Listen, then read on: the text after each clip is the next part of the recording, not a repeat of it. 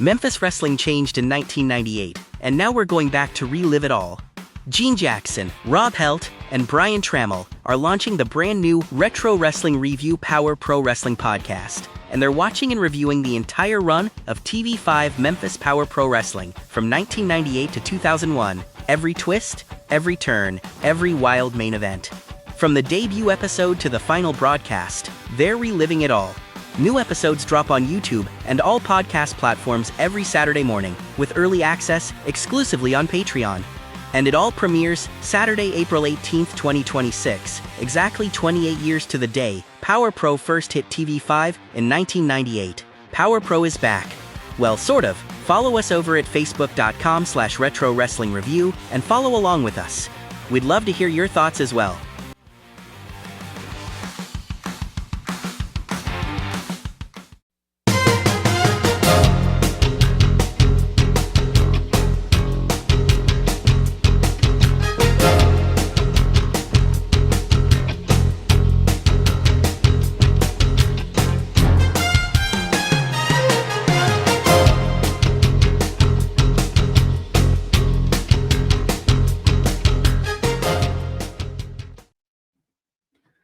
Hey everybody, welcome back once again to the Retro Wrestling Review USWA podcast, episode 99. That's right, you have put up with us doing this foolishness for 99 episodes. Can you believe it?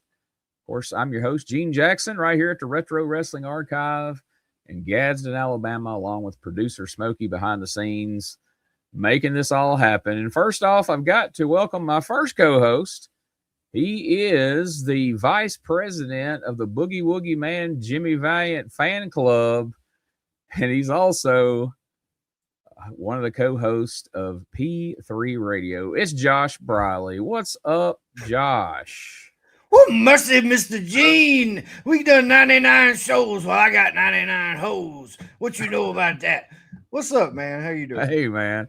Me and Rob unintentionally made a heel turn last week. I got some less than favorable private messages this week about our hot take on Handsome Jimmy. God, dude, I'm still burned up about that. Like, what the hell? It's like, man, it's like saying you don't believe in God in the South. Like, well, let's go with Spano. Maybe not that. Oh my God, my grandmother. Oh my God, you shocked me with the handsome hate. I couldn't both your grandmother and Richard's grandmother would have beat the shit out of us if they were around when that was said. But I've just never felt comfortable coming out like that. But when Rob said it, I'm like, well, now's the moment. It's now or never. I finally got back up on this. I'm going to say this. I hope that we had the same amount of listeners, or at least as many listeners this week as we had last week. I hope people didn't just tune out and just be like, hey, F that guy. Our old friend Mike Needham messaged me this week and said he lost all respect for me and Rob. He's not going to listen to the Continental Show anymore. So, hey, you're going to lose a few every now and again. So that's just how it goes. But of course, before we move on, we can't go on without our other co-host. He's the owner, founder, and president of stspod.club, and he's the president of the Handsome Jimmy Boogie Woogie Man fan club, and he's also Jonesboro, Arkansas baby boy in there. He is BT, Brian Trammell. BT, what's up, man? Good God. I'm so glad y'all suspended Rob. Get him the fuck out of here. We'd have to suspend Gene, but I mean, me and Josh hadn't got any videos, so thanks for the support of everybody. Love me some Handsome Jimmy. I'll show you that tattoo later. Gene, my best friend, and Josh, my favorite co-host of P3 Radio. I'm Getting Buck, brought to you by Jolly Roll and Spaghetti Warehouse. I had their Alfredo this week. I'm going down to Memphis every week. Good stuff. A quick shout out to Gene. Gene, that Larry Burton podcast was really some shit I didn't even know about. Very well done. I liked it. Appreciate it, man. Also, a tease for Patreon. I'm going to correct some stuff on the Randy Hell story. I left, and then y'all talked bullshit on me, so I want to correct all that. So, all right, there you go. On the hot mics. Hot mics. For those who are wondering, like, when did he leave? Yeah, on the hot mics. I left last week, so.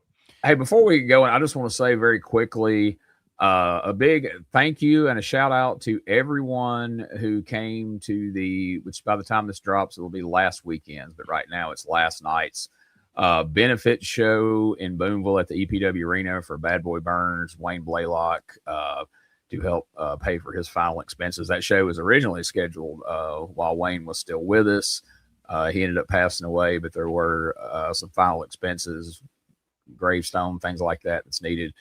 Great turnout. Huge thank you to all the fans who came, for all the wrestlers who were there and donated their time.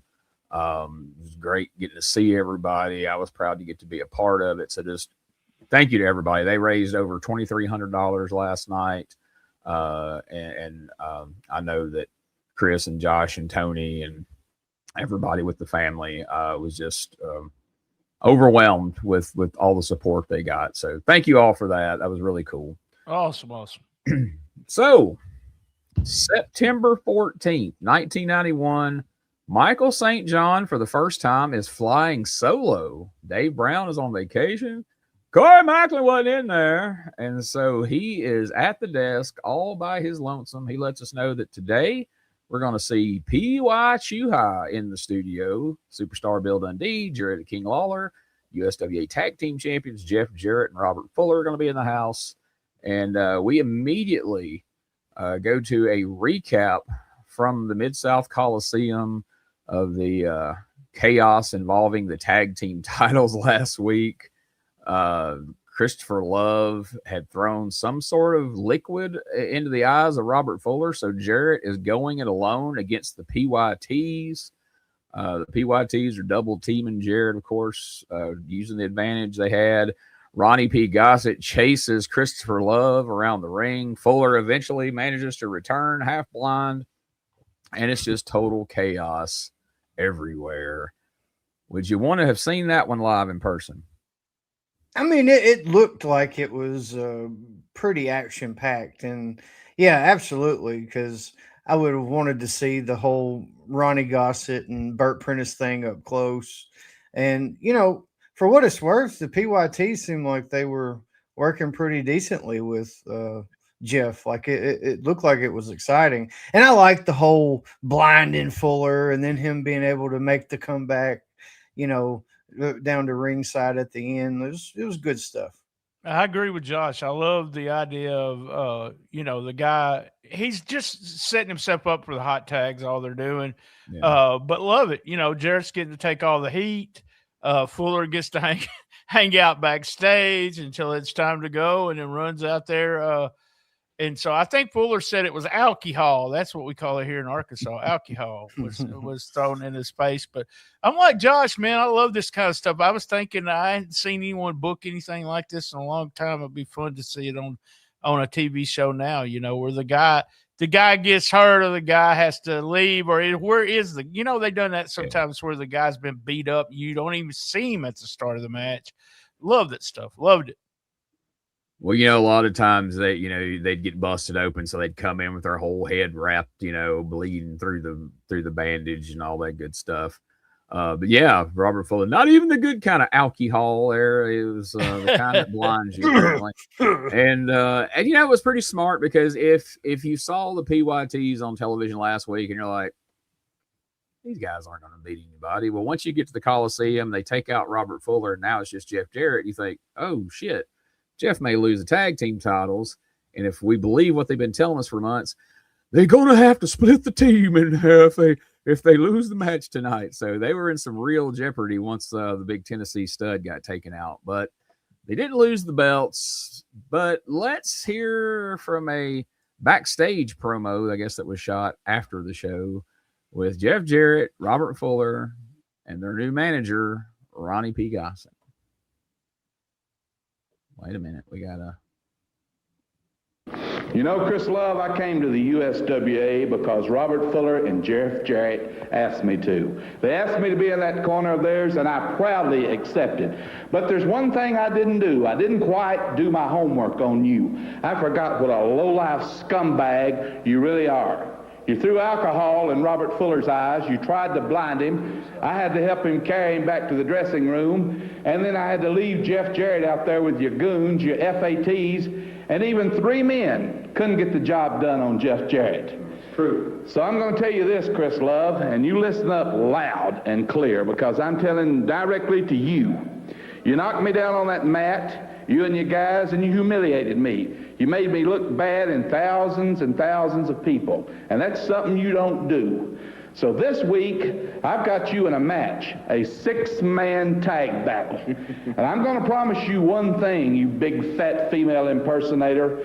I'm going to get to you one way or another. I'm going to pick you up and I'm going to power slam you into that mat. And then after I throw all that big blubber all over the ring, I'm going to hit those ropes. I'm going to come off those ropes and I'm going to give you the splash that'll be heard around the world. And then you fat slob, when they scoop you off the mat, you'll know that Ronnie P. Gossett means business. And I promise you this, my friend, you can take it to the bank.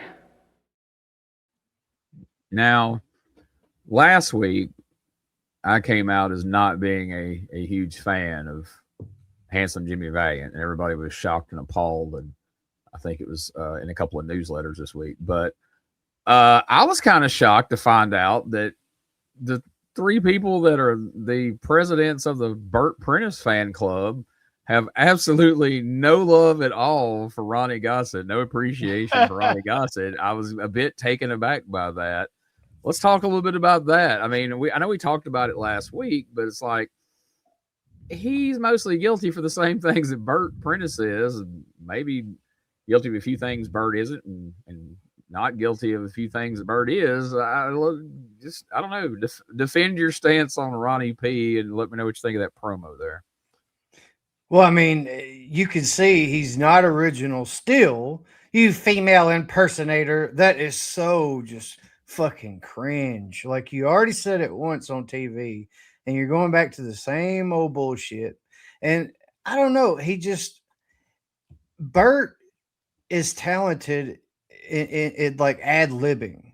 Bert is smart in the way that he insults you. And Bert sometimes may tell a little bit of the truth in when he's insulting you. But like Ronnie fucking drowned during that one-on-one with back and forth with Bert. And just, I've never thought that he was very witty, you know, whenever he was like 1990, when he had that little, maybe 89 and some of 90. Yeah. But like, yeah, I thought he just looked like a fucking human waterbed, or like the Suicide Saver, like I was talking about last show. And he's hokey. Like when he come out there doing that little fucking prance where, you know, that, God, I just so fucking cringe. To where Bert, he comes out, he can be flamboyant and he's got the over exaggerated robes, or he's making promises and that he can't, you know, and he's telling everybody that, like, that's good shit. But Ronnie is so fucking just off-putting. And he reminds me of being a kid and going into one of them little, you know, magazine shops or hobby shops, right? Not one of the big ones like Books A Million or whatever, but the local ones. And that fat piece of shit would be sitting behind the counter. And if you're standing at the fucking magazine rack longer than 2 seconds, y'all boys need to buy something or you need to pass on up out of here. This ain't a library. Like, he's that guy. Fucking asshole. Turkey neck piece of shit. Oh, good God. Okay, everything he hates about him, I love. That's why I like him as a heel manager. Because you cannot like this guy, and that's what I like about it. Does that make sense? What I like about it is you can't like him. So he's miscast here as trying to be the baby face and Bert being the heel. I mean, I understand they need Bert to be the heel, but all those things you just said makes him a heel, makes you not like him. You like Bert. You're not supposed to like Bert, but you do. But I appreciate the art, but he don't like Ronnie P. Gossett has like I'm trying to think of somebody kind of like late, like the 2000s Jeff Jarrett, I'm just going to turn the fucking channel. Like you make it to where I don't want to watch. Like Triple H. Go away, Heat. He's saying he's got go away. He doesn't have that for me. So yeah. I don't like him as a babyface at all. I mean, I think it's ironically funny if we don't do this for too long.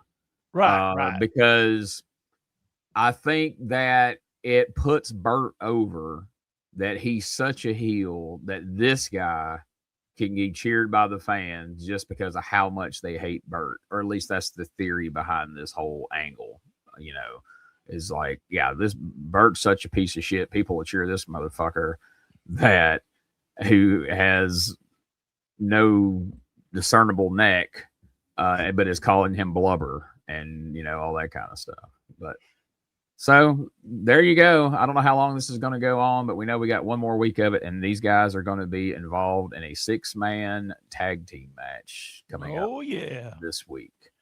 And he is going to power slam Bert Prentice. I would pay money to see that, regardless of how you feel about him. Go for the ring anywhere that could hold that action. And then give him the splash heard around the world, or at least felt around the Mid-South. If not. So speaking of heels, we roll right out of that into Billy Joe Travis, who lets us know that after last week's show, he got a letter from Paula Abdul. That's right. Praising his singing.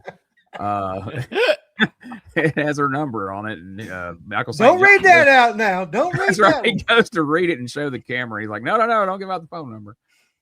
This is this classic Billy Joe. We're going to see this, and this is actually going to roll right into a promo from Bert, who's going to come out and interrupt Billy Joe, not in a negative way, but just he can't take it anymore. He's got to come out and speak on this deal with what's going on with the USWA right now. Oh, you're welcome, but I don't think I caught your name. Are you waiting for someone to meet you here? Well, that makes two of us. Glad you came. No, I don't know the name of the... Billy, honey, you are just the most greatest singer on God's green earth, honey. But I have something real important I need to discuss with this liar here, honey. You, on top of being a habitual liar, have lied. No, honey, I hate you a lot worse than you hate me. Now, you have just lied to everybody out there looking at television. Under no circumstances is my perfect 10 body going to be in any 6-man tag match with that Proxide punk Jeff Jarrett and that Tennessee gelding Robert Fuller and that oldest living virgin Ronnie Gossett, honey. So I suggest, Michael, that you tell the people right now that the 6-man tag match is the wonderfully glamorous PYTs and the Dragon Masters against them other 3 idiots. Now tell them right now. And you wait a minute, Christopher. I'm only the announcer out here. I have to read what is given to me. The match has been signed. The match. Oh no, it has not been signed, honey. Now you're the one out here. You're the spokesman. You will tell these people that I will not be in this match. You can't have false advertising. That's illegal. Now tell them the truth. Dragon Master, the PYTs against them bums. No, I can't do that. You'll have to talk to Eddie Marlin to get a match changed. The match is signed. Eddie Marlin, nothing. You will. Wait a minute. You don't threaten me. I'm just the announcer out here. You don't threaten me. Oh, is that so?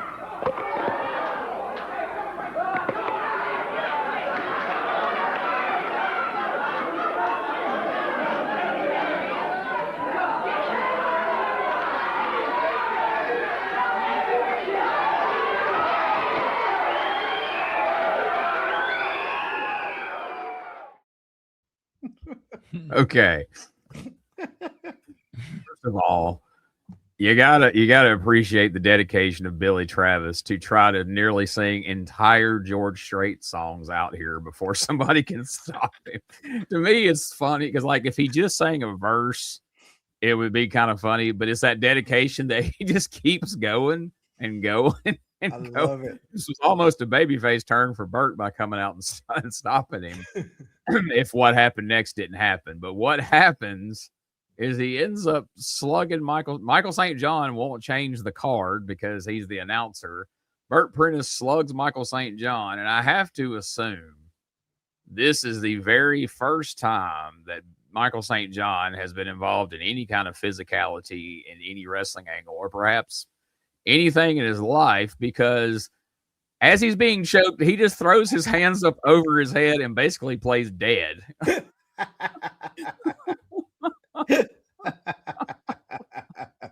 And Eddie Marlin comes out to save him and then picks him up and helps him. And Michael St. John is holding the side of his head like a kid that took a fly ball to the dome out in left field. What did you guys think of the acting skills of Michael St. John here and this whole angle with Bert Prentice knocking out the only announcer we have this week? I love it. I mean, I'm pretty sure Eric Embry snatched Michael St. John up by the collar or something, and then somebody came and made the save a couple months ago or something like that. But yeah, Bert hauled off and knocked the dog shit out of him, as my granny would say. Like, and I think what happened was he was enrolled in the Jimmy Valiant School of Selling, but he had only completed 50% of the course. Yeah. And that's why he just like died. Or that's what his mama told him to do if he ever got attacked. But yeah, he put up absolutely no fucking defense at all whatsoever. It's just, I'm gonna fucking die. Like, yeah. And Bert, I thought it was a rib because Bert just, it's like he had the serial killer choke him and then just keep choking him. It's like Eddie Marlin was taking a shit or something. He took forever to get out there. So if it was real, Michael St. John's dead now. Yeah, because he's not even doing this. He just, just not moving. Like I said, he heard that thing. Somebody said, if you ever get attacked by a bear, play dead. And I guess he's like, well, I don't know what role Bert Prentice plays in his private life. I doubt he's the bear, but we're going to just go ahead and play dead anyway. But BT, what'd you think?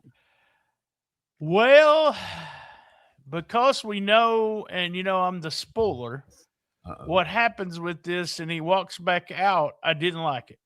So the idea that Bert is going to jump him and beat him up, he should have been gone the whole show. Why did they do this? That's what I kept asking, because there's one fucking announcer. Why would they do it? So I don't know. It was really weird to me. Like, all of a sudden you do this, then Lawler comes out, and then Michael St. John comes back at like nothing really happened. And like Josh said, look, he died. So if he died, how did he come back? That scene of Bert on his all fours there. For some reason, when you showed that photo and you show it again, all I could think about is well, we know he's the taker, he's the receiver there. He's what they call, the bottom. I see a angry expert wife. Analysis from BT there. That photo, I saw an angry wife at about 4 a.m. sick of their husband's bullshit, coming in drunk, coming in at almost daylight, and it's over with. And she's had enough. The live action version of the Thunder Rolls video from Garth Brooks. We really need to know where Bert got all these robes. That's the second one he's wore on TV. And yeah. It is really awesome too. So if anybody knows out there in USWA Retro Land, know what's up with those robes, let us know. Very, very well done. I remembered the blue one from the cover of his book. Right. Did I tell you I'm in the book? I'm in the book. Sorry, I didn't mean to step on you there. That's all right. But I don't remember ever seeing this one.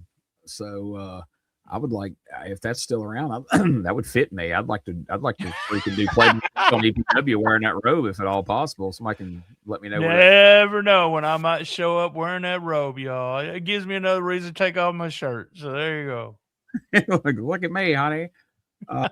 You wouldn't wear a blue jumpsuit up under it like Bert? No, I was shirtless. I got to be shirtless with that. So, Yeah, I'll never get over the look on Gene and Josh's face the day I came back with no shirt on doing Paul Neighbors. The pop was worth it. The pop I got from you two was worth it. So there you go. Yeah, man. To BT's point, like he could have grabbed Michael St. John, and if Eddie Marlin would have came right on out there, we could have got the same. Because not to further spoil this, but the thing that really rubbed me the wrong way. Not only does he come back out, but Honey Love is out there again. And Michael St. John just called me and says, yeah, Honey Love's coming back out again. Not like, I'm getting the fuck out of here, Honey Love's coming back out, or, oh, he better not come over here, or he didn't have a negative word to say. He's like, oh, Honey Love's back out again. I'm like, damn it. What? He tried to kill you earlier. It looked like he had killed you earlier, and you're totally calm that he's back out here again. I don't know which one of you said it. Maybe Josh said this. Just why is it that when they don't show up soon enough, every show we go right to, well, they must be taking a shit. I'm not sure why we do that, but all three of us do that in our mind. Oh, they're taking a shit. I mean, what else are you doing that you're not near the monitor and you can't play cards or anybody playing cards at studio at TV5? They're taking a shit. Let's be honest.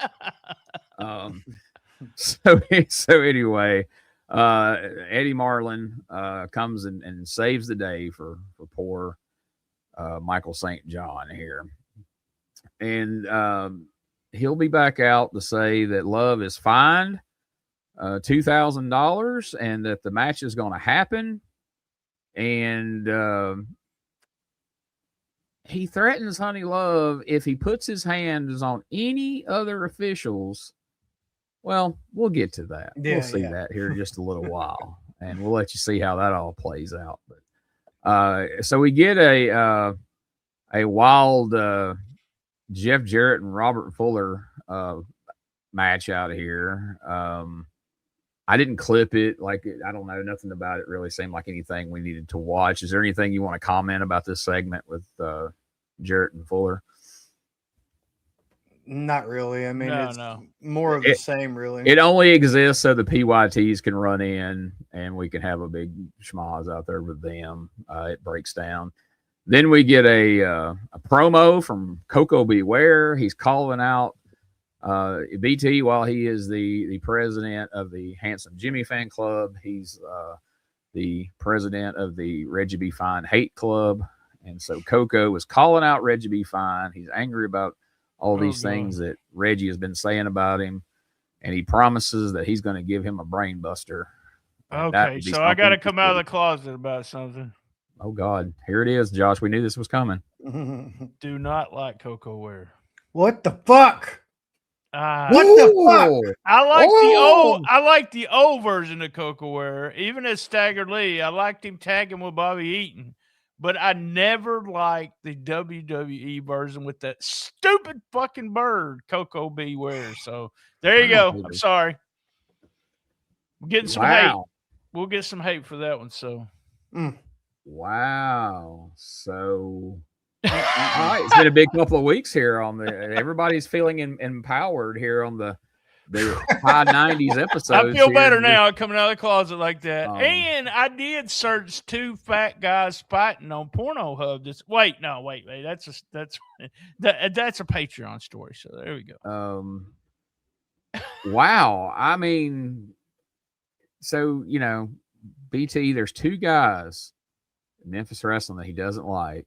Hush. And they're both have B in as their middle initial. That's all I'm going to say. That's all. That's all I was going. There's where I was going with that. I appreciate that. Yeah. Okay, that wasn't the coming out I was expecting from you, Josh. That bet still is in play. I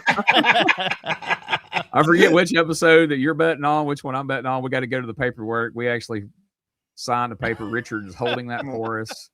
And once that bet pays off, we'll tell you. He's holding that in one hand and holding his hurt knee in the other. So there you go. My goodness, poor Richard. Tightening in that knee brace. he's cinching up another notch because of BT. So then we hear, what's going to be going on out of town. Jerry Lawler comes out to the desk, and it's always kind of funny to me. So we're just in this era, we weren't supposed to know that announcer Vince McMahon owned the WWF. Well, we weren't supposed to know that Jerry Lawler was half owner of the USWA. But he does tend to show up when they need an announcer and different times. You know, it's just like, how did it fall to the top babyface star to just come out here and announce the show? But here he is. He's sitting in behind the desk, and he's going to take Michael St. John's place. I mean, I'm not knocking it, but I'm just saying it's kind of weird.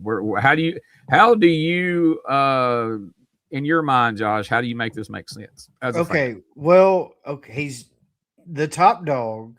Usually, whenever order needs to be restored, the king will come out and throw that far or pull the strap down or pile drive somebody and get it back in order. So logically, I'm thinking, well, okay, we've had an attack. Eddie Marlin got beat up. Like, order needs to be restored.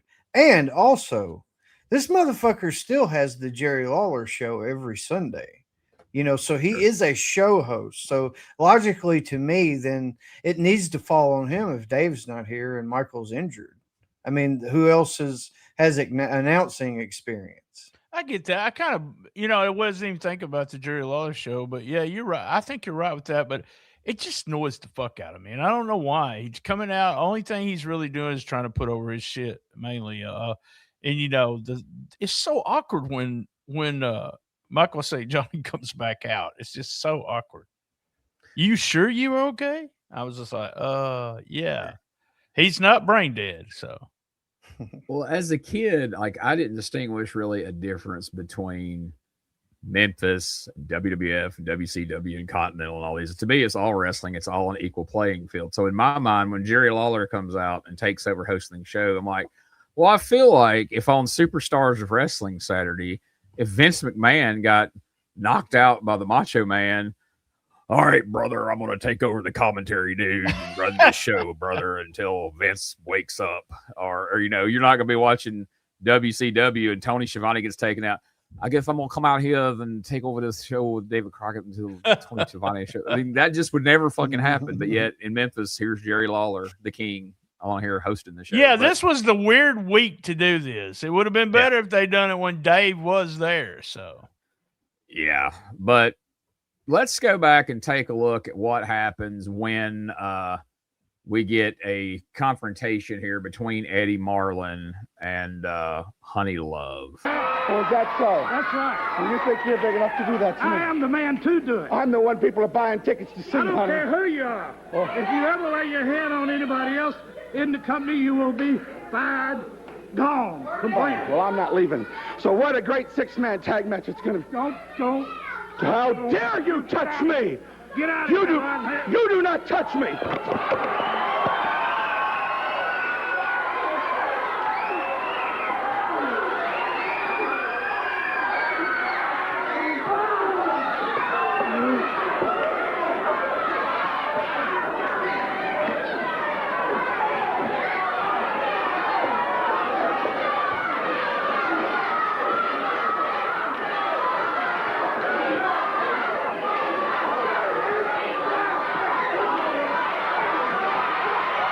Now, all you people at home, honey, look at this. This is your wrestling promoter. This is the lowest form of life. And now you got these two pigs out here, honey. We'll handle them, too.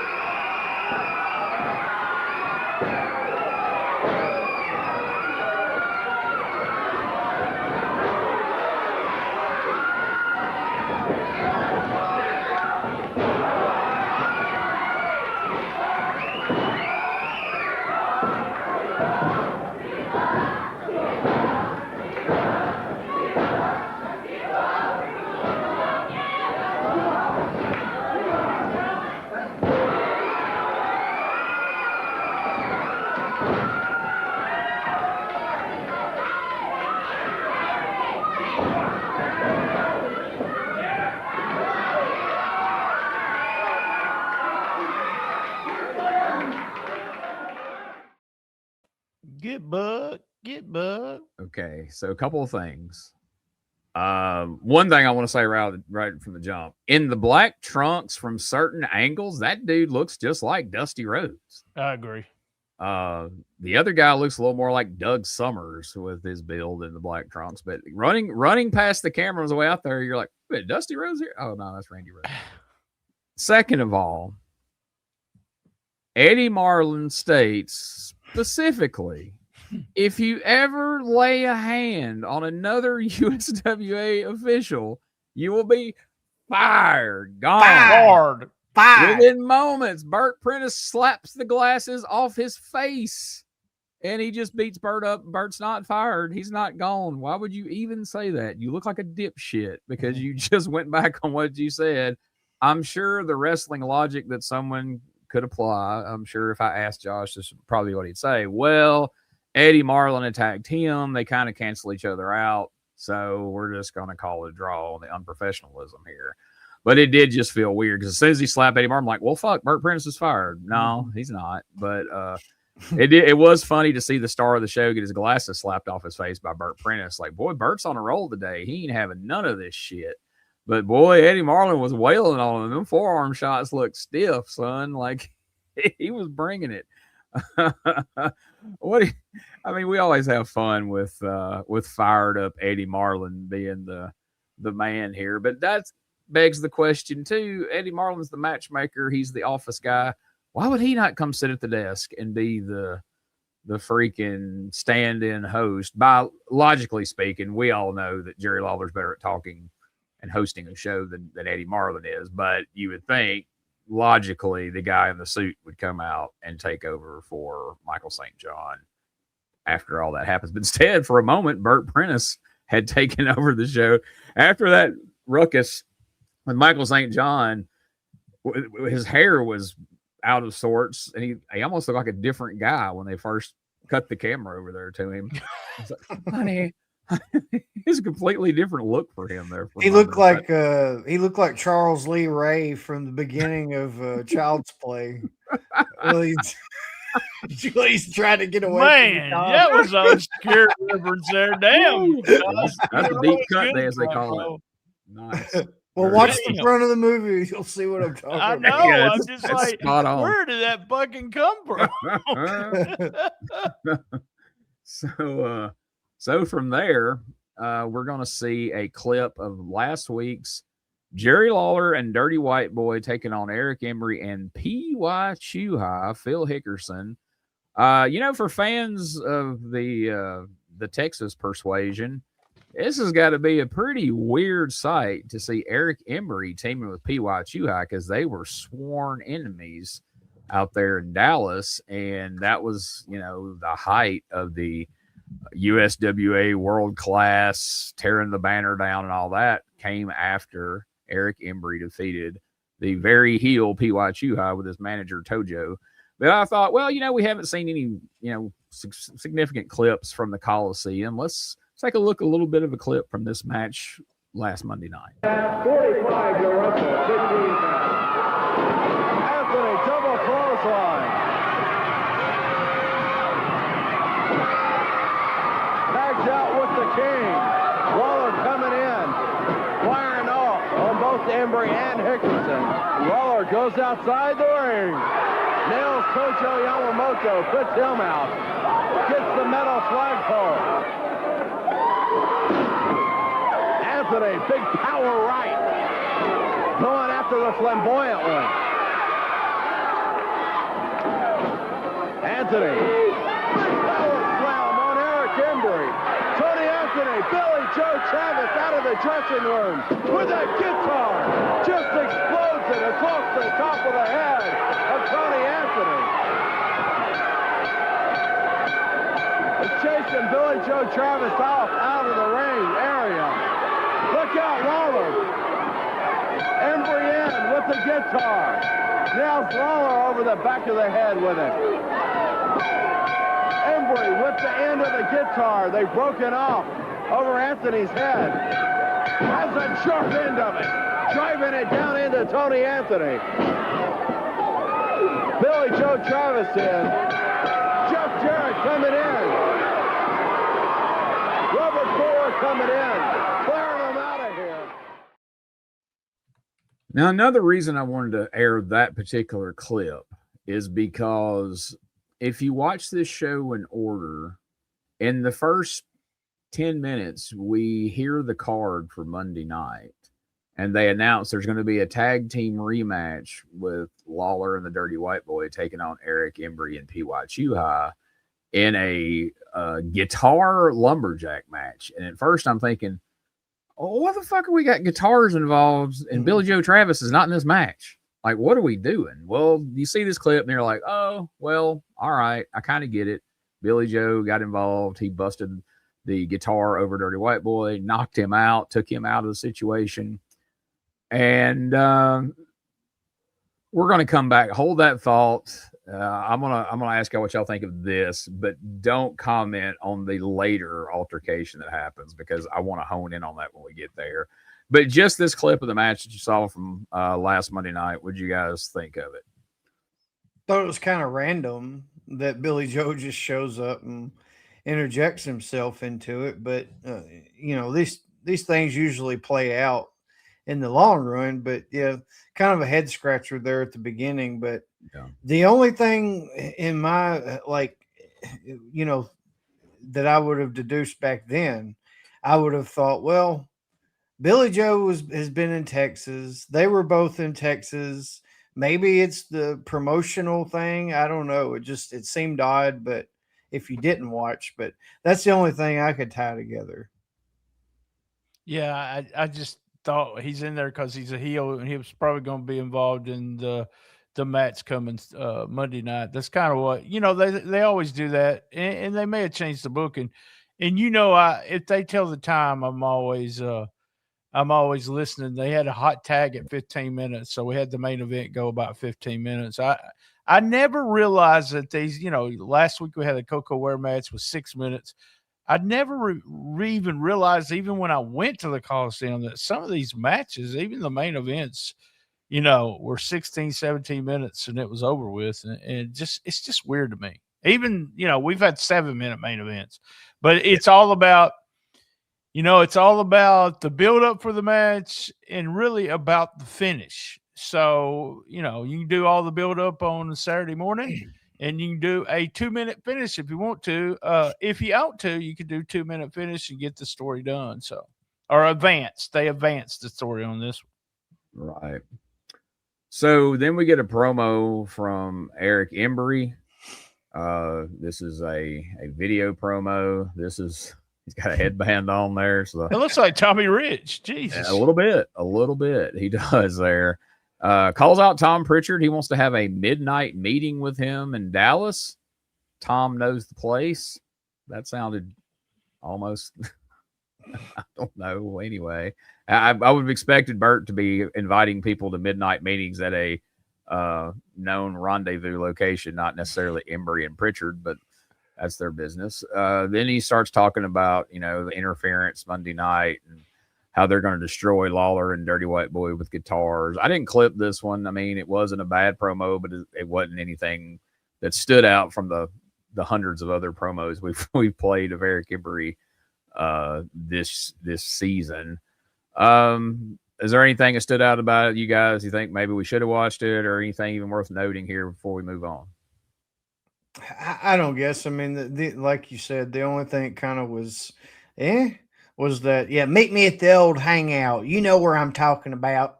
I mean, like, it's under the bleachers. Yeah, I don't know. The way that he was talking, it was like it was going to be like this drug deal or some shit. Nobody can know. You know what I mean? Like, he couldn't disclose the location, but I do like that he's trying to keep that him and Tom Pritchard thing afloat. And Tom's in Japan, right? Tom's in Japan at this time, I think. Yes. Yeah. So he's trying to keep it alive, and that's what I like. Like Josh said, that's what I like about. You know, we talked about this since the very first of the season. Embry is that extra little thing. He puts a little extra mustard on almost everything he does, and that's what I like about it. Detail, he just, and him keeping the Tom Pritchard thing alive when Pritchard's, off in Japan making more money he's been making USWA, I'm hoping. But yeah, I like it. I like it a lot. Yeah, if you find the match online of Dr. Tom and Eddie Gilbert against the Headhunters over. Oh wow, yeah, I gotta tour, try to find that. Yeah, that we're talking about there. And then there's one where it's Uncle Danny and one of the Headhunters versus Tom Pritchard and another Headhunter. Oh, so he's on the same tour as Danny was with the title. Yeah. Yes. Oh, they went over together. They did a goddamn pilot show for a Wing TV thing. They were trying to get it. Never happened, but they did the pilot for it and did a series of matches and stuff. And awesome. I'll have to go a whole bunch of other shit. that. Was that like one of those WCW Lethal Lottery things where they had drawn the names out of a hat or something? I think, if I'm remembering correctly, because I watched all of them at one point several years ago, but I'm thinking they created some kind of bullshit where, caused conflict between the brothers or whatever. Yeah. And then it got to where, and then they ended up tagging like that. But I think at the end of that match, if I'm remembering correctly, they make a switch again and they're together again. Yeah, one of those ICP deathmatch videos actually does have a one-on-one match where the Headhunters are facing each other. Yeah. It's pretty Stranglemania. Exactly. Their commentary is pretty fun. I still haven't seen that. I have to go out of my way to see that. They're on my old Main Event Comedy YouTube channel. They're a lot of fun. Check that out. Next up, we're going to see P.Y. Chuhai taking on Dave Dowdy. Not somebody we've seen around these parts anytime recently. No idea who he is. Yeah. Mm-hmm. And so Lawler comes out, and while this match is going on, Lawler comes to the desk and he's asking Michael St. John if he's okay. Is he concussed or something? And asks him why he keeps referring to P.Y. him as P.Y. Chuhai when this is big fat Phil Hickerson, and starts cutting the promo on him. And so Hickerson comes and starts to argue with Lawler, and the insults get pretty personal. And they start threatening to talk about each other's families, and neither one of them's down with that. And then all hell breaks loose. And this clip features something that I really, really want to get into that just chaps my ass beyond recognition. But first, let's see the clip before we talk about it. Talk about my family. Let me give you something, Lawler.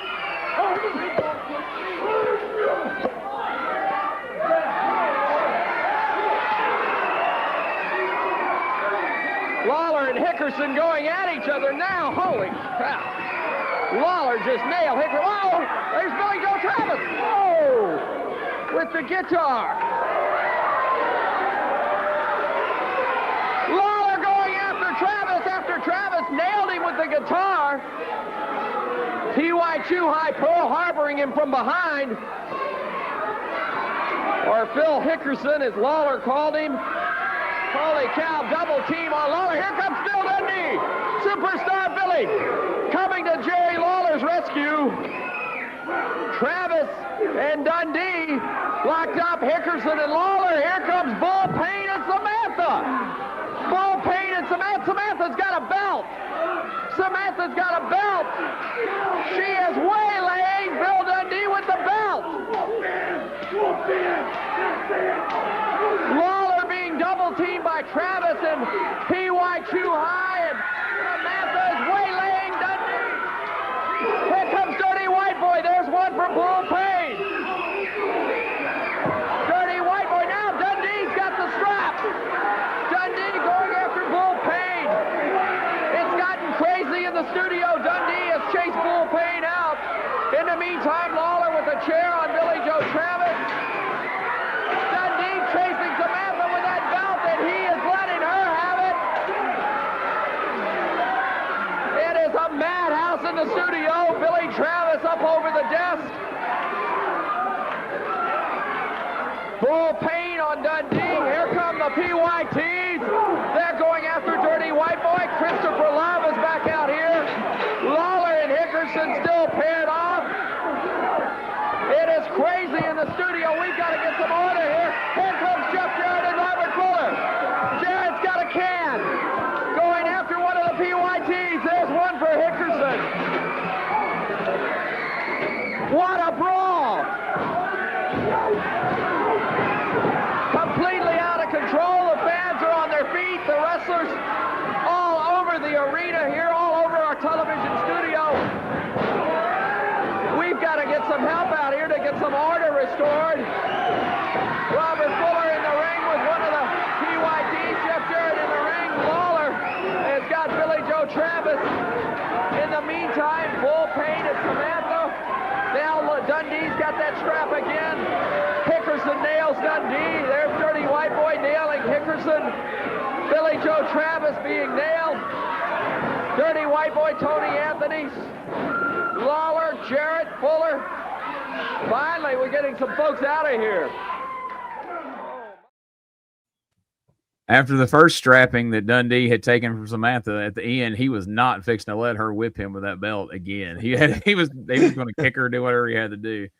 Pandemonium in there. It's crazy. So, all right. So we'll start with my biggest gripe and we'll work our way back from that. So last week, Billy Travis hits Jimmy Valiant with a ginger ass love tap with this freaking guitar that didn't break the guitar, wouldn't have broken egg. And Jimmy Valiant laid down and sold it like death. He did his patented, flopping on the ground like a fish fucking sell. And he's dead. He's done. Monday night, Dirty White Boy gets cracked with the guitar. And he's done. This week, we're having an entire match where the whole gimmick of the match is everybody around ringside is going to have a guitar as lumberjacks. And that's the element of danger in this match is everyone's going to have a guitar. Well, these guys could get hit with one or multiple guitars. So then Billy Travis comes out, shatters a guitar over Jerry Lawler's head. Jerry Lawler hulks up like fucking Hulk Hogan and commences to whipping his ass, completely, in my opinion, killing the whole guitar gimmick right then and there. And now you expect me to buy a ticket Monday night because somebody's going to hit you with a guitar. Well, we know it don't matter if he hits Jerry Lawler because Jerry Lawler ain't going to sell it because he's fucking Superman. Am I just being a dick here or is this fair criticism? I'm with you. I mean, I see that point, but to me, just watching it back, yeah, it was disappointing. But the whole "you son of a bitch," like you could, if you read lips, that's what he says to him. I popped on that, but yeah, it's like the whole barbed wire thing we had with what was it, Eddie Gilbert, maybe at the beginning of the year, and then they kind of shit on it before it even happened. Thing, yeah. It's disheartening, and it is kind of weird, even though Billy Joe made the interference and all that, like. He's not in the match, but we're having guitars. I wrote down, I was excited to see Phil and Lawler go at it. And then I wrote guitar shot. And I said, come on, sell it, motherfuckers. What I typed. I fucking hated this. Along with Lawler coming, doing announcing and all that shit. Guess what my most hated part of the show is? But it was. I mean, you shit on the main event by you not selling. Did he not see that? I mean, he could have done that. Waited for the hot tag Monday night to do that. Right. Get hit with the guitar and then pull down his strap. Boom, boom, boom. But no, he's not selling it today. So yeah, didn't make any sense. Superman, Jerry Lawler. I mean, to me, if you wanted it to mean something on Monday night, you could have had that big melee out there. And at the end, Billy Jack hands off the guitar to preferably Hickerson, since he's the only one who's actually in that match. And he cracks it over Lawler, or let Billy Joe use it because he's going to be at ringside, I assume, as one of the lumberjacks. And then that be Lawler's face down. And then we cut to break and we don't see him get carried out or nothing. But that's where the whole thing ends. But to do it in the beginning, and then he no-sells it, and then we just have this brawl everywhere afterwards. I don't know, man. The whole thing rubbed me wrong. The most amusing thing to me was just seeing Samantha was just whipping the shit out of Dundee with that belt, just over and over and over. And once he broke free, he was like when he was chasing her around the ring, he was trying to like whip her legs with it and everything else. And then when she was trying to get a hold of the belt again, and he was on his back, he's like got his feet up like, bitch, you ain't doing this again.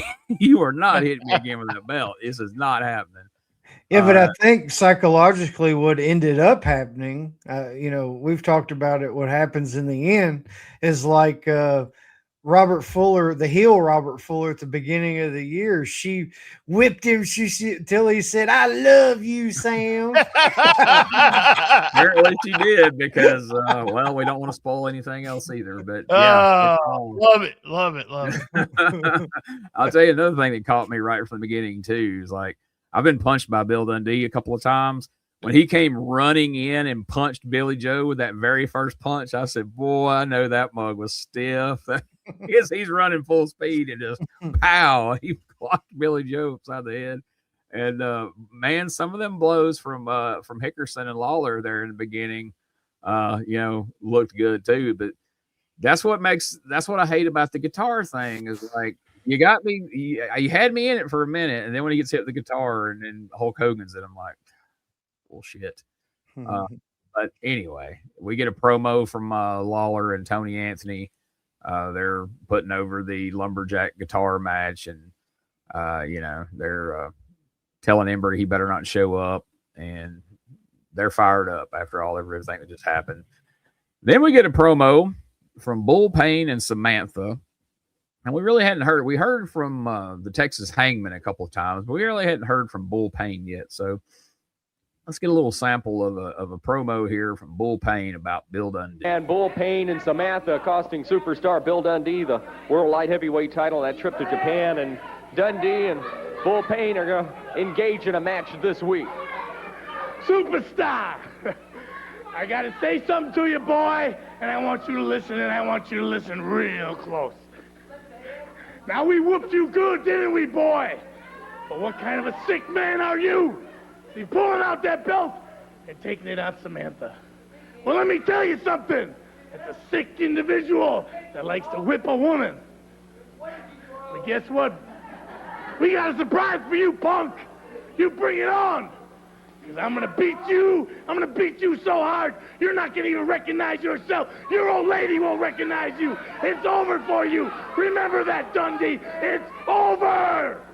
Bull Payne and Samantha. Well, we'll have to see how that all turns out. Superstar Bill Dundee's got another story to tell. He seemed very pleased with himself at the end of that there. In the beginning, they give a good look at their airbrush dusters they had on. Look at that. That's what I was fixing to say. Did they get their stuff done in the same place Dundee did? Because Dundee ends up having a bunch of airbrush stuff. I'm like, and it also is the time, right? This 1991, that airbrushing was looking good, boy. You get all kinds of shit airbrushed. Doug had a vest that had a picture of him airbrushed on the back that I'm pretty sure like a special needs child did or something. Like it was the worst depiction of Doug I've ever seen in my life. Like I can't believe he wore it around as long as he did. Every time I see it, I'm like, oh man, come on now. But so it's just knowing what we know about the future puts a whole twist of irony on this Bull Payne Bill Dundee feud. With right. Mix, but it's not a thing here. And I don't really remember. Was it like 4 years later? Go ahead, Gene. I just wanted to ask y'all: did y'all ever get anything airbrushed? Was it something y'all did? Mm-hmm. Yeah. Tell me what. Come on, dude. You know, everybody got the goddamn vacation shit with their girlfriend or old lady at the time. Like Panama City. Yeah, ours was what's that place in Alabama? Orange Beach? Orange Beach, Gulfport area down there. Yeah. Gulf Shores. Gulf Shores. That's not Gulfport. That's Mississippi. Yeah, Gulf Shores. Yeah. We were at Gulf Shores. I went to I was a teenager, my girlfriend, me and her and their family went down. And we got the goddamn, I'm not going to say her name on the show, but Josh in so-and-so 98 shirts. All right. So I know in 98, it's you and your girlfriend, this didn't happen. But in my mind, as I'm picturing this, and I don't know what your girlfriend looked like, but I'm picturing that you got your pictures airbrushed on a shirt and you both had stars on your faces as tribute to Uncle Dan. Uncle Danny. Guess No, that's not true, though, right? No, it was something more like Bert would have got. It was she had one with a dolphin on it, and our names, and I took the more manly approach. I just had our names in like a goddamn sun and beach scene, you know. There you go. I got sun and beach or something on the top of a t-shirt, and then I had told Gene about this quote, but I didn't tell him I had an airbrush, but it was from Anton LaVey, and it was it's not easy being evil in a world that's gone to hell. And it was real. It was airbrushed all huge all over because of my fat shirt, you know, had that triple X large. And it got such everybody just looked at it like, I don't know if they were looking at it as, you know, he's wearing triple X or what it said, you know, but I got a lot of looks for Did you have who the quote was from? Yes, I did. Oh my God. And this wasn't the indie wrestler. This was the real. That's and so we're talking about, probably around this time. Really, 91, 89, something like that. I bought that when I was in college. We had an airbrush place at the Indian Mall. So shout out to the Indian Mall. What a weird name for that dude to take on as a ring name, by the way. I never understood that at all. So I don't know that he knew really where he came from, because like I was in dressing rooms a couple times where people asked him about it and he would get pretty hot about it. I'm like, dude, you can't take on the name of the head of the Satanic Church and get mad when people bring it up. Like it's gonna come up in conversation. But yeah, he didn't seem to like that. But so his gimmick was in no way satanic. No, he just liked the name. 2000s indie dude, just like any other.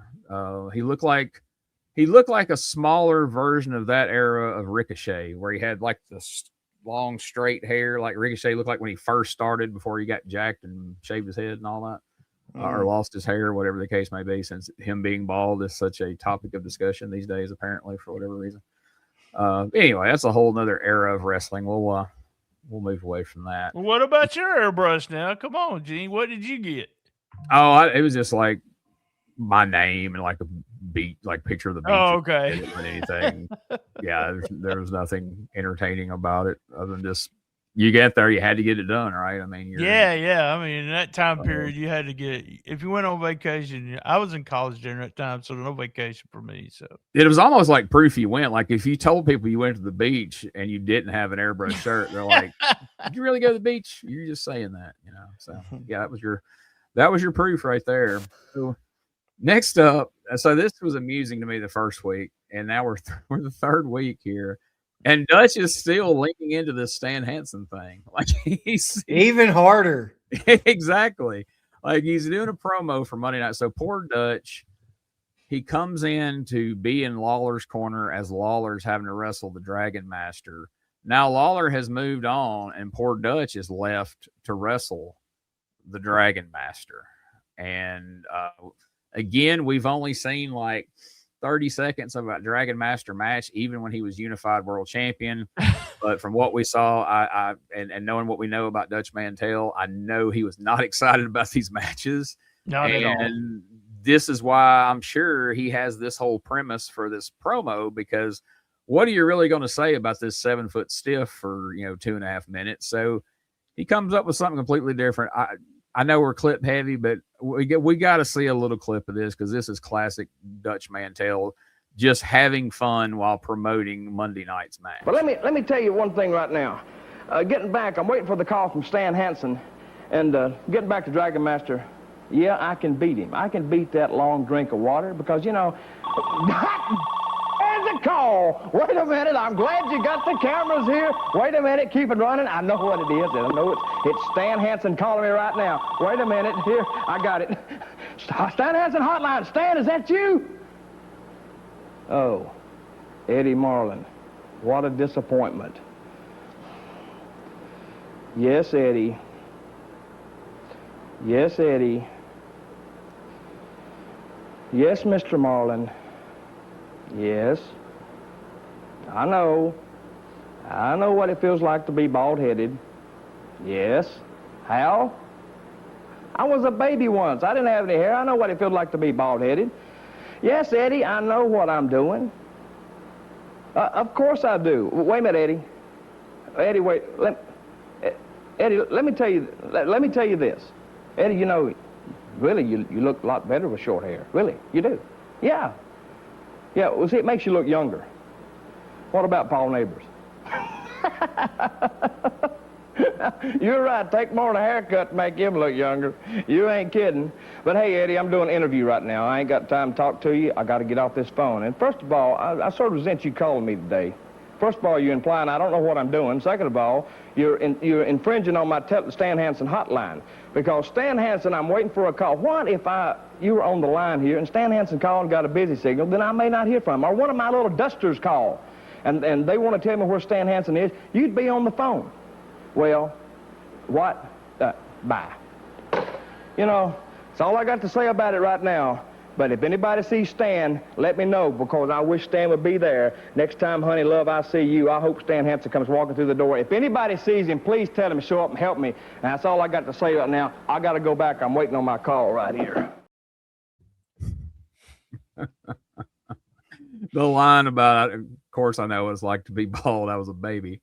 Got me, and the fact that he managed to dunk on Paul Neighbors in the process just for fun.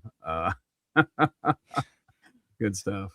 Long drink of water. That's what I love that line and the baby line. So yeah, that's about the nicest thing I guess you could say about the Dragon Master. Long drink of water. It's going to be hair versus rubber Halloween mask Monday night at the Coliseum here.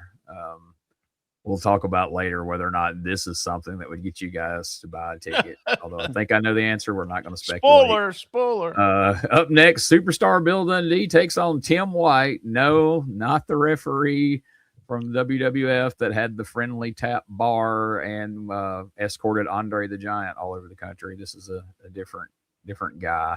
He worked outlaw shows or independents around Dyersburg and Osceola. The name was so familiar, and I've been on shows with him. He's no longer with us, but I reached out to the Missouri Renegade, Forrest Putnam, to confirm that. So if you're in the Memphis, Jonesboro type area, you probably remember Tim White. So it worked every Friday night in Osceola and a lot in Dyersburg. Not to be confused with the old Memphis legend Jim White. There you go. Well known back in the day as well. Of course, Bull Payne and Samantha run in. Samantha does manage to whip Dundee with the strap a little bit more, but Dundee gets it away, fires back on him, and man, we've managed to put some heat on Monday night's match coming up with him and Bull Payne. And so post-match, Dundee does a promo. I didn't clip it, but this is now going to become a strap on a pole match because of all this involvement with the belt. Funny how that worked out.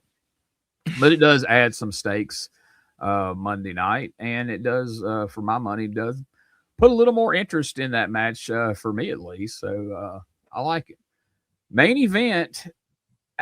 If you just read this match on paper for what we've seen up to now, you would almost think you've jumped ahead a year or two, or you're on the wrong show, because main event is the PYTs versus Brian Christopher in there and Todd Morton. Where does Todd Morton come from? We haven't even heard his name in 91. He was prominent as, what was it, Far Too Wild in 93, a couple of years right.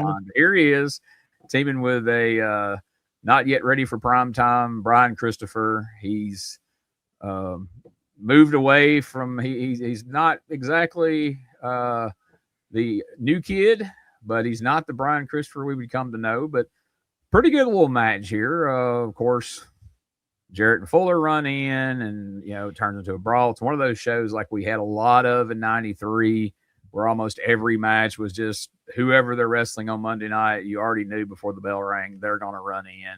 And we got a lot of that on this show. But before we got there, what'd you guys think of 1991, Brian Christopher and Todd Morton as a tag team?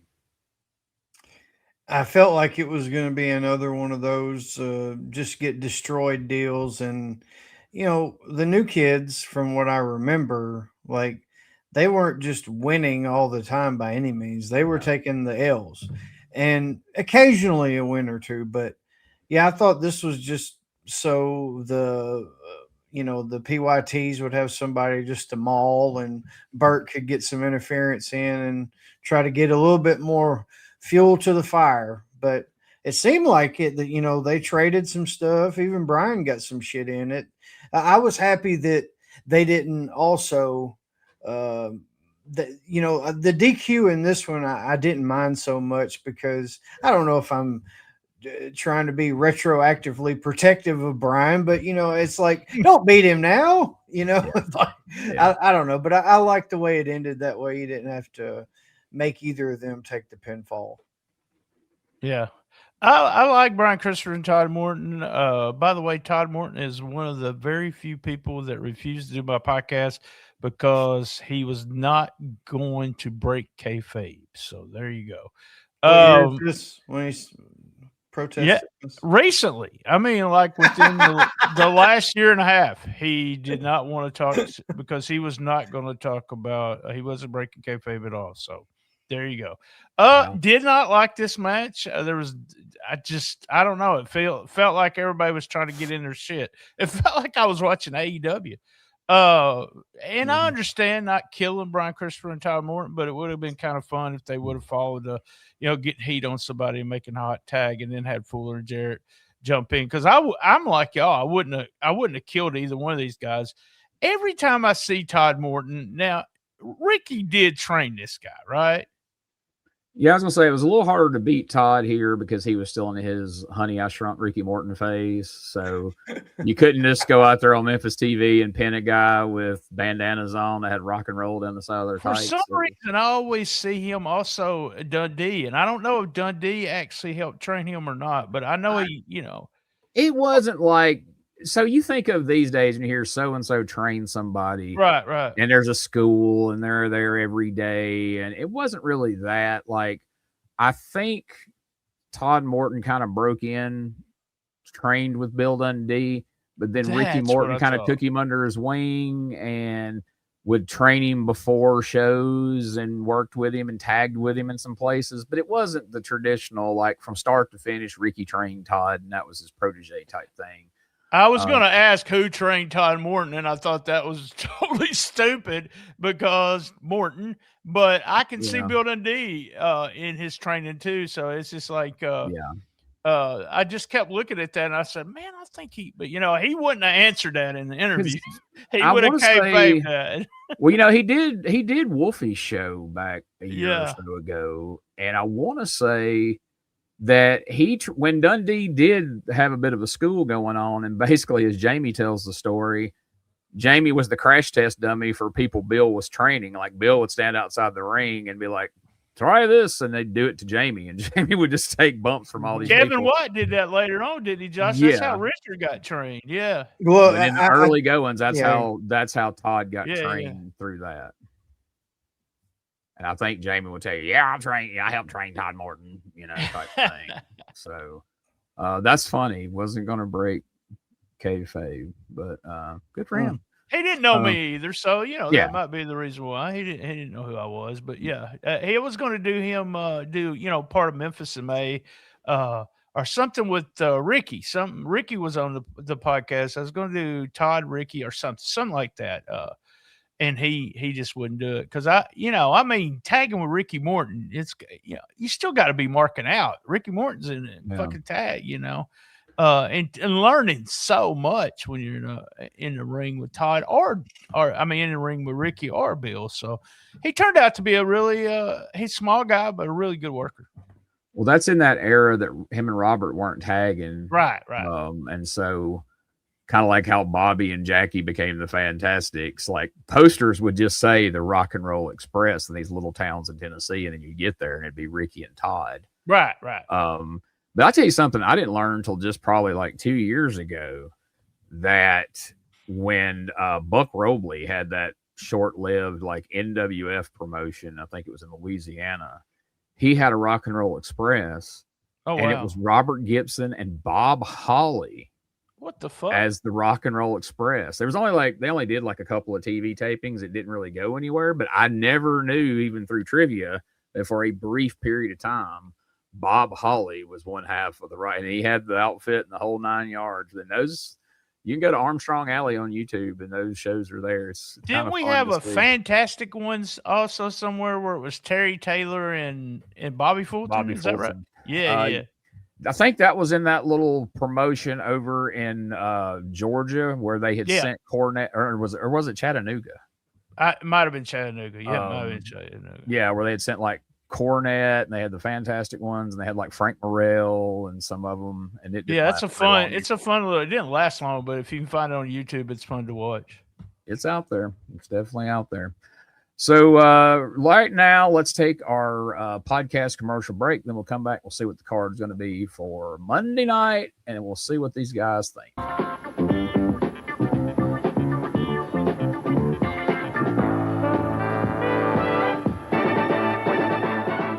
Hey guys, Ray Russell here. Lots of new stuff happening here at WrestleCopia.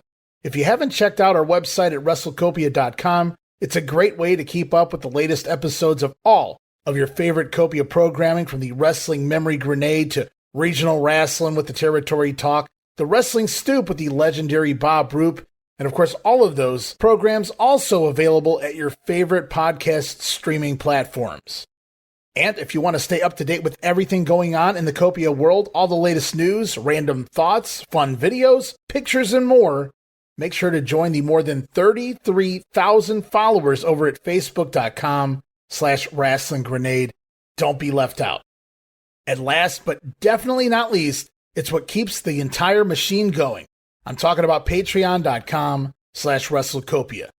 We appreciate your support in helping us pay the bills to keep the WrestleCopia Podcast Network running and enabling us to continue to bring you all the quality programming that we offer. If you love old school wrestling, the Retro Wrestling Archive Patreon is where the real treasure is. Get early access to all your favorite Retro Wrestling Archive podcasts and articles before they hit the public feed.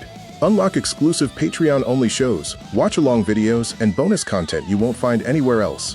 And coming soon, the Retro Wrestling Archive Google Drive is expanding in a big way with even more classic wrestling footage, rare media, and archival material for true wrestling history fans.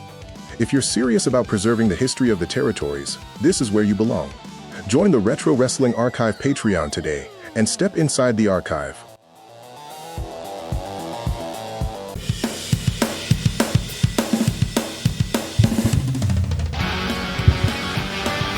Tired of the same boring wrestling podcast? Need something with attitude, chaos, and maybe just a little cussing?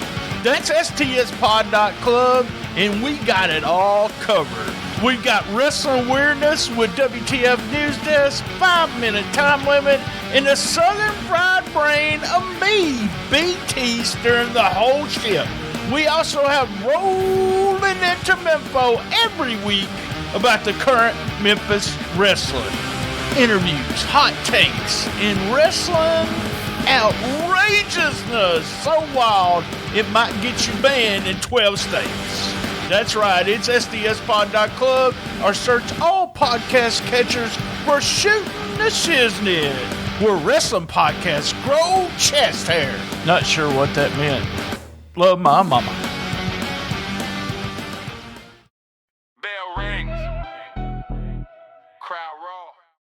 In a business built on secrets, some stories were never meant to be told. But now, they are. From Memphis wrestling icons, Dangerous Doug Gilbert and Tommy Wildfire Rich, comes the podcast that not only pulls back the curtain, it rips it down. Real stories. No filters. From wild road stories to the truth behind the headlines, this is the kind of locker room talk you won't hear anywhere else. Dangerous Conversations with Doug Gilbert and Tommy Rich. New episodes weekly on YouTube, all podcast platforms, and early uncensored access on Patreon. Look us up on DougGilbertPodcast.com. To Japan, every tale, every stitch, dangerous conversations, you don't change this. Ladies and gentlemen, welcome to Give Me Back My Pro Wrestling, the podcast that's based on the old school but can still help you find the good stuff from today. Jimmy Street and the Plastic Chic, Jared, are the undisputed tag team champions of the wrestling podcast world. From thought-provoking topics to superstar interviews to action figure expertise. This team does it all. And all they ask is, give me back my pro wrestling!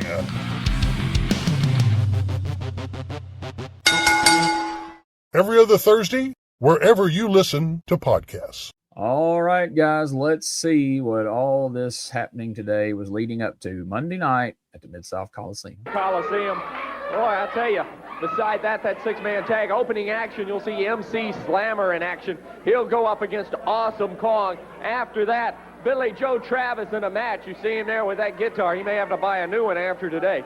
He'll be up against Daddy O, newcomer to the USWA. Then Coco Beware. He's run across Reggie B. Fine. Reggie's been flapping those lips a little bit. Coco doesn't like it. He's going to get him in the ring Monday night at the Mid-South Coliseum. After that, superstar Bill Dundee. He had that strap in his hand. Bull Payne and Samantha came out. They put a whipping on Billy's back this morning, but I tell you, come Monday night, Billy Dundee will be in the ring with Bull Payne, Samantha on the outside. And I can assure you some fireworks are going to fly. Probably some belts are going to fly in that one, too. Plus, a big match, hair versus mask in this one. One must go. Either the hair of Dutch Mantell or the mask of the Dragon Master. Dutch Mantell against the Dragon Master. Honey Love in the corner. Then, that grudge six-man tag team match. It is on, and it is on as you see it on your screen right now. Jeff Jarrett, Robert Fuller, and Ronnie P. Gossett in one corner. They'll take on the PYTs and Chris Love. Sort of the Memphis edition of the Battle of the Bulge with Love and Ronnie Gossett in there, but it'll be a six-man tag battle. Big main event Monday night at the Mid-South Coliseum. And after that, up top, the big main event, as you just heard, Jerry the King Lawler, Dirty White Boy. They are loaded for bear against flamboyant Eric Embry and P.Y. Chu Hai, better known as Phil Hickerson. Tojo will be in their corner. Monday night, it will be a Guitar Lumberjack match. Lumberjacks wrestlers stationed around the ring will have guitars in their hand for this one. So I wonder if they managed to get that many gimmicked guitars, or if they were just winging it, or if there were just certain ones that were supposed to be getting, that were actually going to hit. I was thinking, what the fuck? How much is this match going to cost? I mean, exactly. You get a bunch of I just did not understand that match at all. So, because this is before the Jeff Jarrett balsa wood guitars of the WCW era that would just turn into dust as soon as he swung it at people. They would just shatter. Yeah, so there you go. All right, guys. Well, I already know who one person's answer is going to be now that he's come out, so to speak. What was your least favorite part of this week's show, Josh? So, yeah, it was disheartening that Lawler no-sold the guitar shot from behind, like from a sucker guitar shot. But I think I was even more disappointed that I've seen Phil Hickerson, like, get hot on a mic and actually, spit some good shit, like actually have good promos and causing heat during, it's like, goddamn, you remember what he did to Sting and Ultimate Warrior? Came out there in 1985, told him, it's like, you wouldn't be shit without steroids. Sticking them needles in your booties. Like, I felt like Lawler was trying to goad him into getting that hot, but Phil, for whatever reason, he locked up. And then whenever he wanted to start building something, well, let me talk about your family. It's like they cut it off right then before they could get anything fruitful out of it that really set something on fire. It was like, it's a goddamn bottle rocket. It's all it was. I felt like that there was so big of an opportunity there to make something meaningful in that moment. And it just kind of,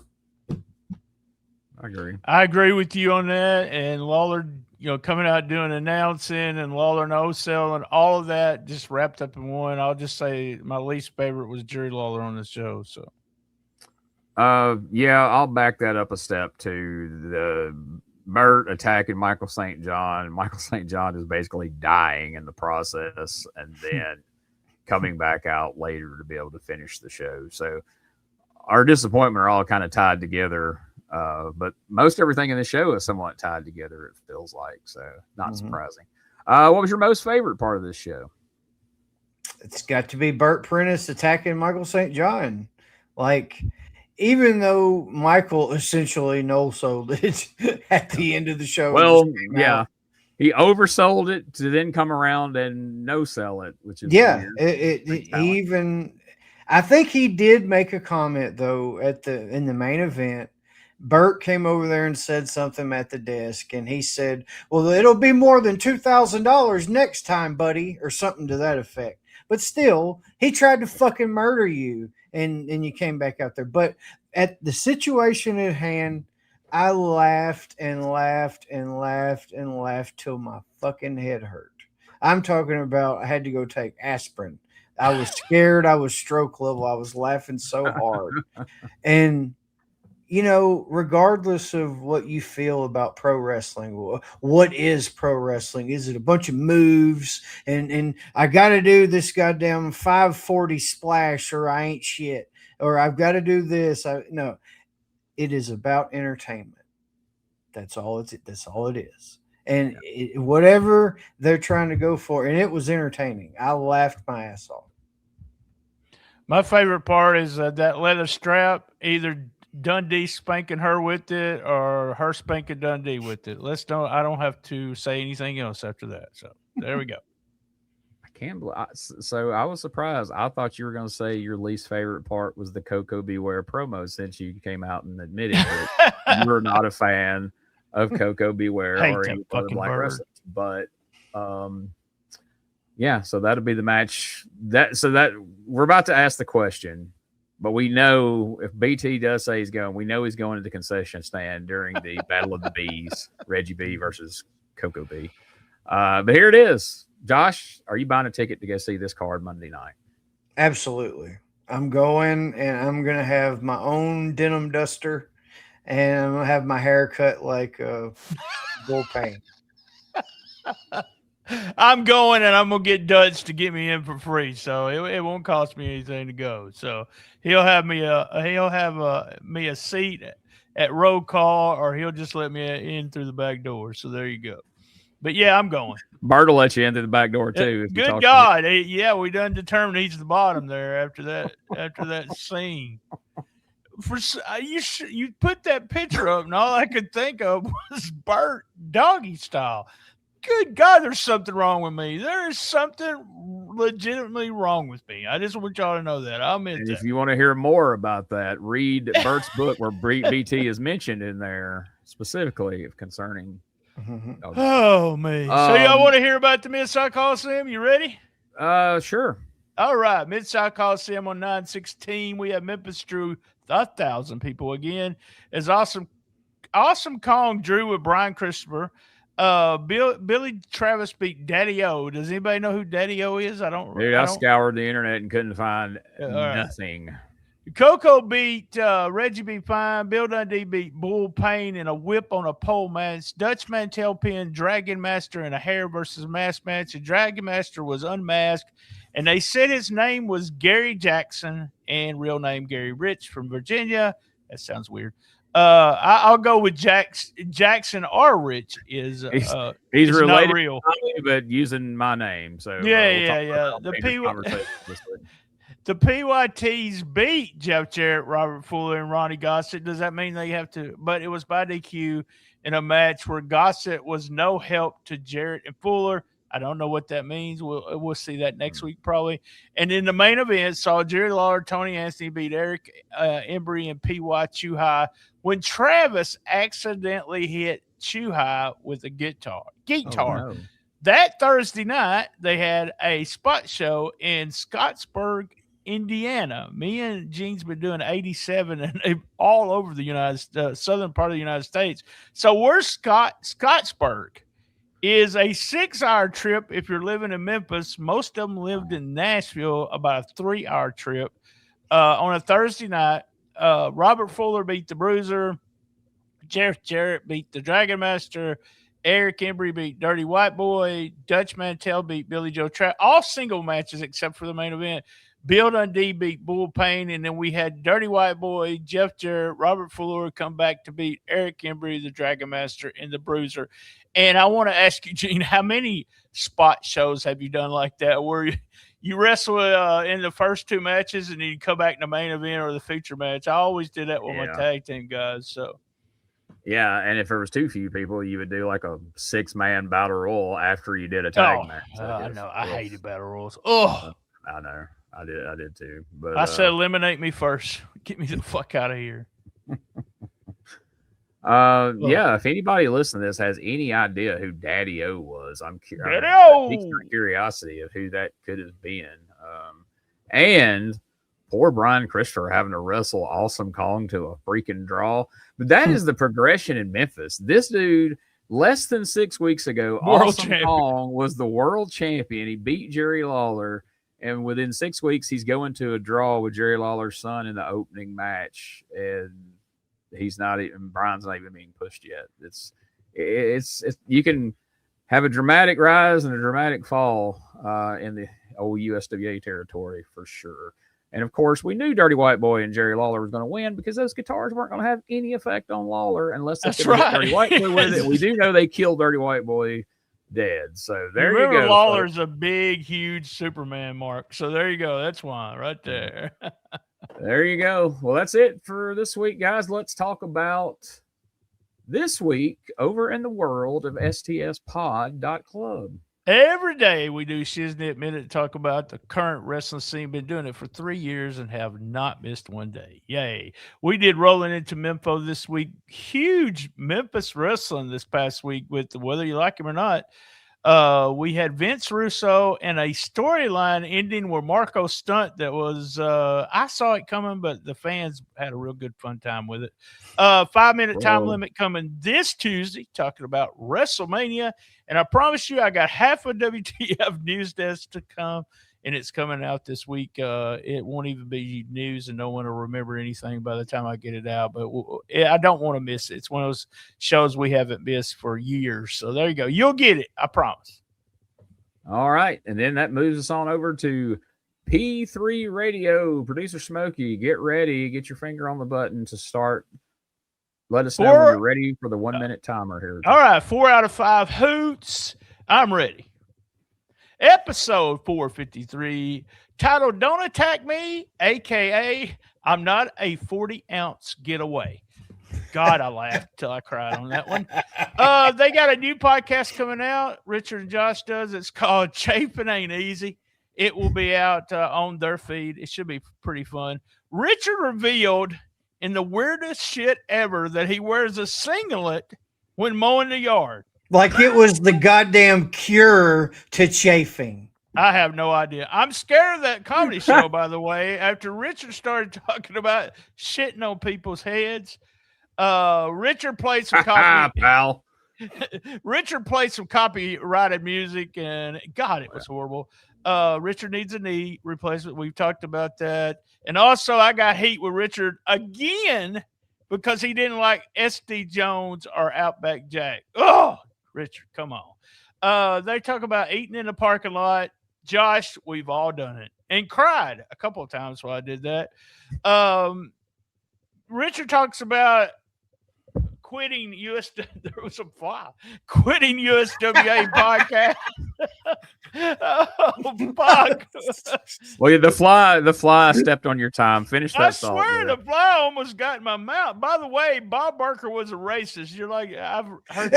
And I don't want to extend this, but was Richard not acting like he was Richard Barker defending his father? Like he was trying every which way to make it to where Bob wasn't a racist. Yeah, so it's like, okay. Bob didn't want to hug a black man or have black women on the. Also, he had an excuse for every one of those offenses. Like, oh, maybe it's this. Maybe I finally told. I was like, dude, you're not related to him. I love it that he said. I love when people say this shit. Okay, it was a different time. Yeah, it was a different time. My dad was a fucking racist. It still didn't make it okay that he was a racist. So. Jesus. Well, I mean, I would think you and Richard would get along better with y'all having that much in common. Or is it just black wrestlers you don't like that aren't named Derek King? Well, you got my interest. What were you about to say when the fly almost went in your mouth? He talked about quitting the USWA podcast. Oh, he said something about he quit early in this year, and we're like, I in my mind I was saying, you quit way before that. You weren't even watching the show. And then Richard says he tries to come in. He's going to come in and promote the comedy podcast. He said, just in the background, you could hear him saying, "I'll watch the show this time." And I cracked up laughing. I was like, oh, yeah, it takes two guys. And Josh and Richard cracked me up. So I just love it. It's one of those shows where I look forward to every week. That and the Who's Right guys, I've been with all of y'all for, there's a fucking fly again. Oh, I've been with them. Take another one. Since they started. So 2017, man. Good stuff. Good stuff. All right, this week over at the Retro Wrestling Archive, I'm really excited about this Tuesday at midnight. Last week, I got the opportunity to sit down and do an interview with Kurt Beyer, the son of Dick Beyer, the Destroyer. And we ended up talking for like 3 hours. So this is going to be a 2-part episode, but man, he got really detailed about his dad's career, about him, growing up the son of the Destroyer, like him being 4 years old in California and trying to run in to save his dad because he thought he was being killed by Mr. Moto. And a great story to that. And another week, he was sitting, they had set him at the ringside table so somebody could keep an eye on him. But the guy who rang the bell had turned his head, and as Mr. Moto had turned his father's mask around sideways, he grabbed the ring bell. And of course, Mr. Moto's Japanese, so he was barefooted, and hit him on the toe with the bell hammer. And literally broke his toe. Talked about living in Japan, like growing up in Japan as a kid. And in part 2, we talk about him going through the All Japan Dojo and how challenging that was. But no joke, I've done hundreds of interviews since I started doing this in 2007. This may be my favorite interview I've ever done. Like, he was just generous with his time and just really went in depth. I mean, he told me stories that weren't in Dick Beyer's book. I'm just really proud of this one. I hope everybody listens to it. If you haven't yet, check out last week's bonus show that BT mentioned, where I kind of tell the story of the Larry Burton lawsuit. We're going to have a show coming up pretty soon where Rob's going to join me, and he has got like a lot of the legal paperwork, and he's going to really kind of dig down into that, going to correct a couple of things that I was mistaken about, and really that's an interesting case, dude. That's all I can say. It's very interesting and Lawler's, we talked about it a few times, but Lawler's court appearance is just fucking classic, man. It's just so good. I'm going to use that defense if I ever go to court. So no matter what it's for. So, and you can also check out last week's episode of Retro Wrestling, where my buddy Bob Anderson joined me, and he talked me into sitting down and watching some All Japan women's wrestling. Back in the 80s. And man, them ladies were doing stuff back in the 80s that didn't become commonplace till the 2000s independence and stuff. I love those girls. That's on my list to watch, but I love those girls, man. It's actually, I took a chance. If you watch it on YouTube, you don't have to watch it on Patreon. You can watch it on YouTube, and the video is there. So awesome. Checks that out as well. I went to Memphis just to see Chigusa one time, so I just wanted to see her. Just say I seen her live. So just tremendous worker, tremendous. Cool. So yeah, a lot of interesting stuff. And of course, as always, you can check out the patreon.com/retro wrestling archive is mine, and check out BT's at patreon.com/shooting the shiznit. We do share a lot of content. We both have a lot of unique content that's just unique to each of our Patreons, and it's not expensive to do both. So by all means, check them both out. And if you have any questions, comments, suggestions, you can send me an email at jacksonmediacreations@outlook.com. And got some stuff coming up pretty soon that I hope everybody comes and checks out. You can next Saturday, the 18th, the premiere of our Power Pro review show is going to premiere on April 18th at 11 a.m. Central Time, just like Power Pro did 28 years prior on April 18th, 1998. Man, we're getting a lot of good feedback on it, and it hadn't even happened yet. So I'm super excited about it. You can also join us that following night on Sunday night, April the 19th, 8 p.m. Central Time, live from the archive. Me and Rob's going to be doing a live interactive show. Of course, BT, you and Josh are welcome to join us if you're free. And we're going to have it set up. We're going to share a link where people can come, click that link, and we can bring them actually on the screen in the studio with us. And we can. That's fun. I do that on a 5-minute time limit. We do after show chat, and we bring everybody on. Rob's been there with us. It's really fun. And if I can remember, I'll join you guys. I'm excited about Power Pro. If you are a Patreon member, you'll get to hear my version of the story that was told last week. What I remember, put it that way, here in a minute. There you go. Also, the big show, Saturday, April 25th, EPW Crossroads Clash. Going to have AEW's Ace Austin, WWE Hall of Famer Medusa, and WWE Hall of Famer The Godfather. Get your tickets now at EPWWrestlingMS.com. And last but not least, the final appearance of handsome Jimmy Valiant in Tupelo, Mississippi at VIP Championship Wrestling Saturday, May the 2nd at the Tupelo Furniture Market in Tupelo, Mississippi. I will be there selling copies of the Eddie Gilbert book, of the Wolfie D book, and hopefully nobody will show handsome Jimmy this podcast between now and then, so I don't have to fight a 90-year-old man, and then he would be on the ground shaking and quivering and farting dust. And that would just be an absolute shame. Now, I know somebody would have to show it to him, because I know if he has I don't think he has a cell phone, let's be honest. But if he does, it's got to be like one of those razor phones or something. Right? I mean, he's probably carrying around a rotary phone. A Sidekick. That's what was my first cell phone, a Sidekick. So there you go. I'm pretty confident that Jimmy Valiant will not see one of these podcasts between now and then.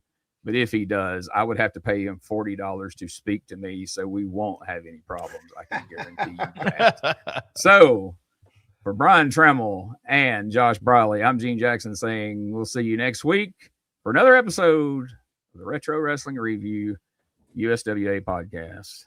Love my mama.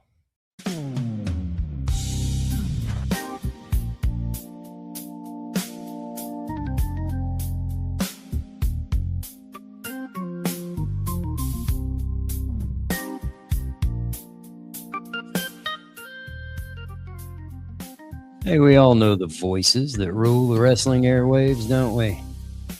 We know the takes, the rants, and the reviews. But what we don't know is the truth behind how they got there. I'm taking you behind the curtain and into the heart of the grind. This is Behind the Booth, the raw, intimate origin stories of your favorite wrestling podcasters. We're stripping away the personas to find out how the shows you love actually got started. It's real, it's unfiltered, and it's coming to you this April. Hosted by me, Rob Helt, on the JMC Network. We're looking for the next great story, too, so if you're a podcaster or a behind-the-scenes producer with a story to tell, hit me up at Rob Helt on Facebook. Send me a message and let's talk. And we'll see you in the booth.